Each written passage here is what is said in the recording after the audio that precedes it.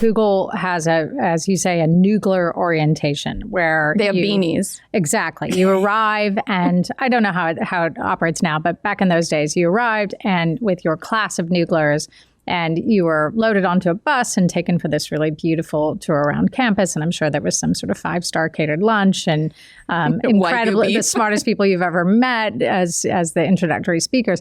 Anyway, I was on the bus for about 7 minutes when I got a call from my then boss, Rachel Whetstone, saying, I need you to come to this room right now.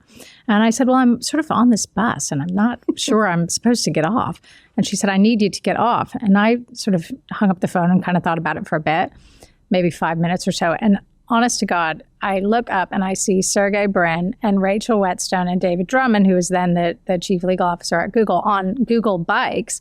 They had ridden out to find the bus to get me to disembark the bus. So I got off the bus, I got on a bike, and then we went over to this room where Eric and Larry and a bunch of the senior security engineers were. And they sort of explained to me what was going on. I thought, well, that's big.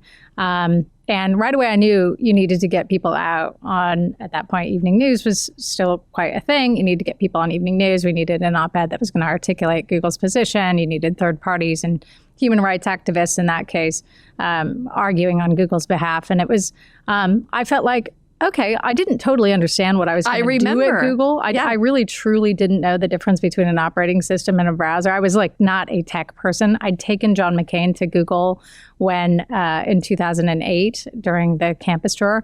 And I remember, seeing the huge dinosaur outside of Charlie's Cafe and people playing beach volleyball at 2:00 in the afternoon. And the founders were on stage introducing the senator, kind of shoeless, and Sergey might have been on roller skates. And I thought, wow, this is very different from the world that I come from, but it sounds pretty fun. And so prior to arriving there, I wasn't entirely sure what I was going to contribute.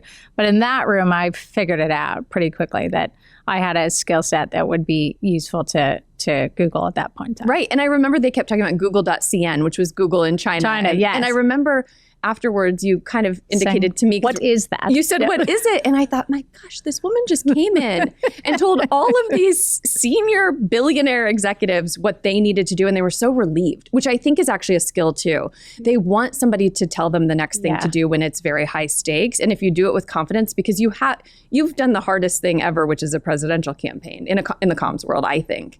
And so then you come in with this confidence and tell them what to do. And they need that. And I think tech now, obviously, a lot of companies are looking for that kind of political talent, people who can come in and have that spine and that perspective, and they move fast and they can absorb things very quickly.